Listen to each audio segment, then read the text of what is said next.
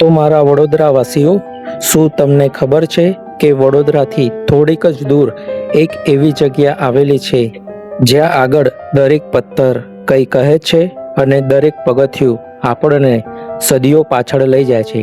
તો હા મિત્રો, હું વાત કરી રહ્યો છું વડોદરાની અંદર આવેલા સેવાસી ગામમાં વિદ્યાધર વાવની.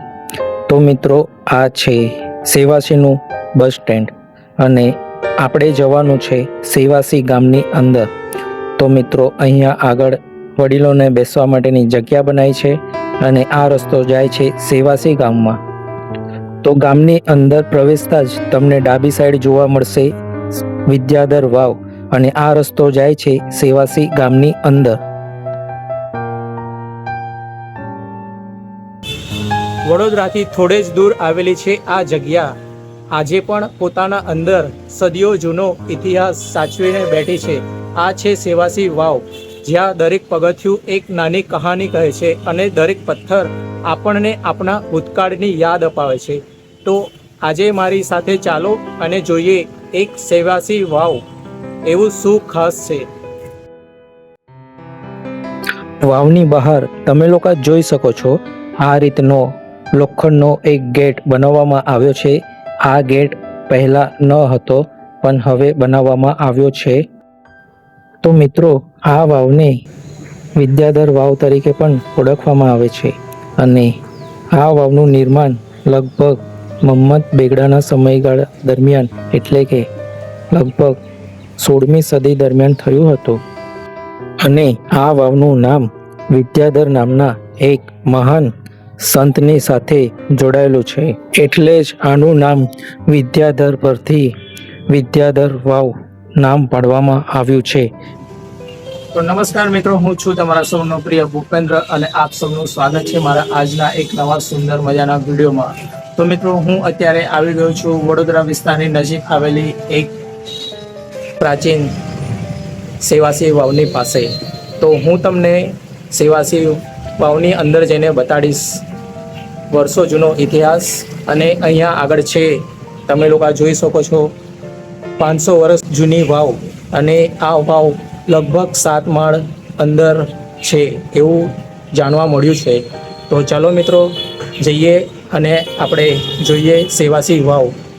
તો આ રહ્યો વાવનો સુંદર મજાનો નજારો. અત્યારે ધીમો ધીમો વરસાદ પડી રહ્યો છે.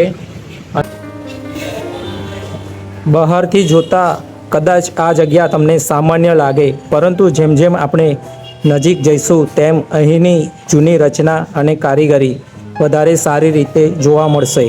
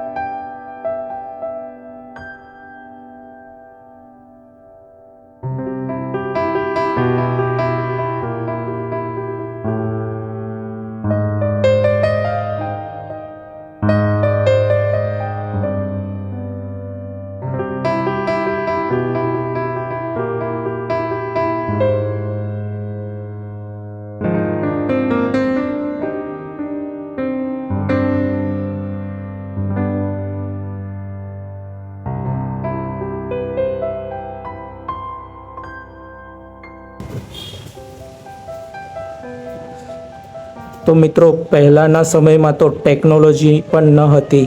તો તમે વિચારો કે પહેલાંના સમયમાં લોકો કેટલી મહેનત કરતા હશે અને આ વાવ બનવામાં કેટલો સમય લાગ્યો હશે. જેમ જેમ આપણે નીચે ઉતરીએ છીએ તેમ તેમ આપણને એવું લાગી રહ્યું છે કે આપણે જૂના સમય એટલે કે ભૂતકાળ તરફ આપણે જઈ રહ્યા છીએ. અંદર ઉતરતા એકદમ શાંતિનો અનુભવ થઈ રહ્યો છે. તમે લોકો જોઈ શકો છો, અહીંયા આગળ આવેલું છે માતાજીનું મંદિર.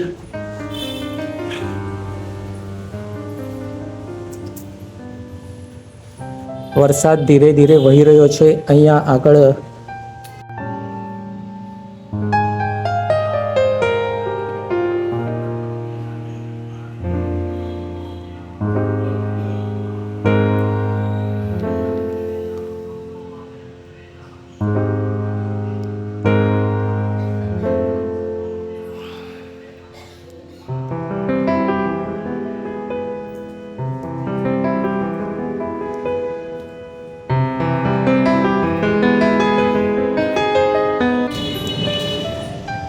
તો મિત્રો અમે થોડા નીચે ઉતર્યા છે અને અહીંયા આગળ હવન કુંડ પણ રાખવામાં આવેલો છે.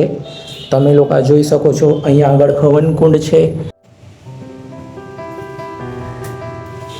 તો મિત્રો અહીંયા આગળ છે આદિયોગી શંકર ભગવાનની પ્રતિમા. તમે લોકો જોઈ શકો છો, વરસાદ છે એટલે થોડું પાણી પડ્યું છે.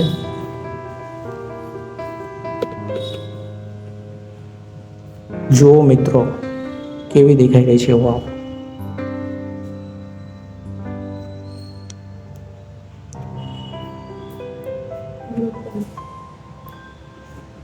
અહીંયા આગળ છે માતાજીની પ્રતિમા, એટલે કે ફોટો. ખોડિયાર માતા છે, હરસદ્દી માતા છે એક સાઈડ અને બીજી સાઈડ છે ખોડિયાર માતા.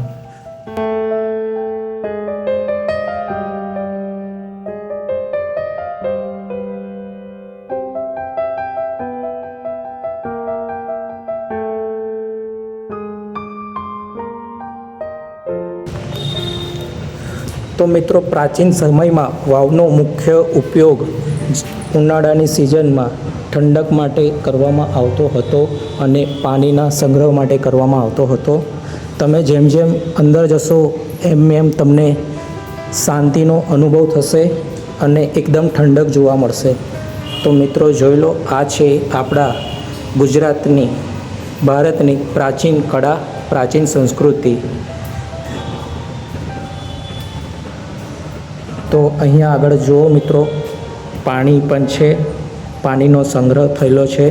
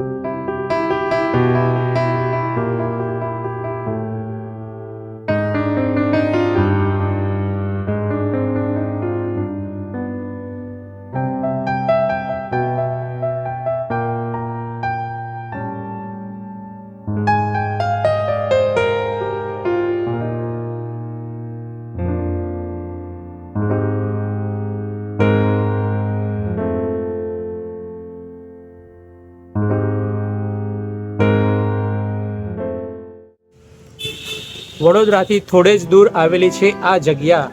આજે પણ પોતાના અંદર સદીઓ જૂનો ઇતિહાસ સાચવીને બેઠી છે. આ છે સેવાસી વાવ, જ્યાં દરેક પગથિયું એક નાની કહાની કહે છે અને દરેક પથ્થર આપણને આપણા ભૂતકાળની યાદ અપાવે છે.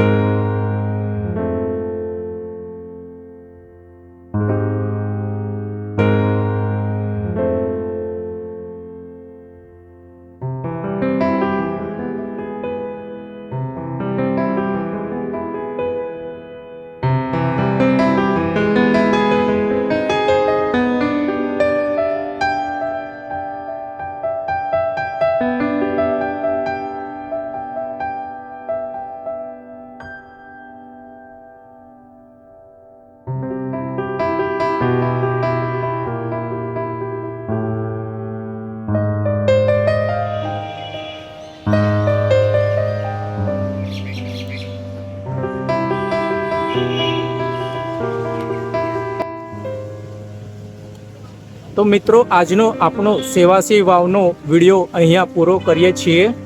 આજે આપણે જોયું કે આપણી આસપાસ કેટલો સુંદર ઇતિહાસ છુપાયેલો છે. જો તમને મારો આ બ્લોગ ગમ્યો હોય તો વિડીયોને લાઈક કરજો, શેર કરજો અને ભૂપેન ઓફિશિયલી બ્લોગ ચેનલને સબસ્ક્રાઈબ કરવાનું ભૂલતા નહીં. તો નવા વિડીયો સાથે ફરીથી મળીશું. જય માતાજી, જય શ્રી કૃષ્ણ.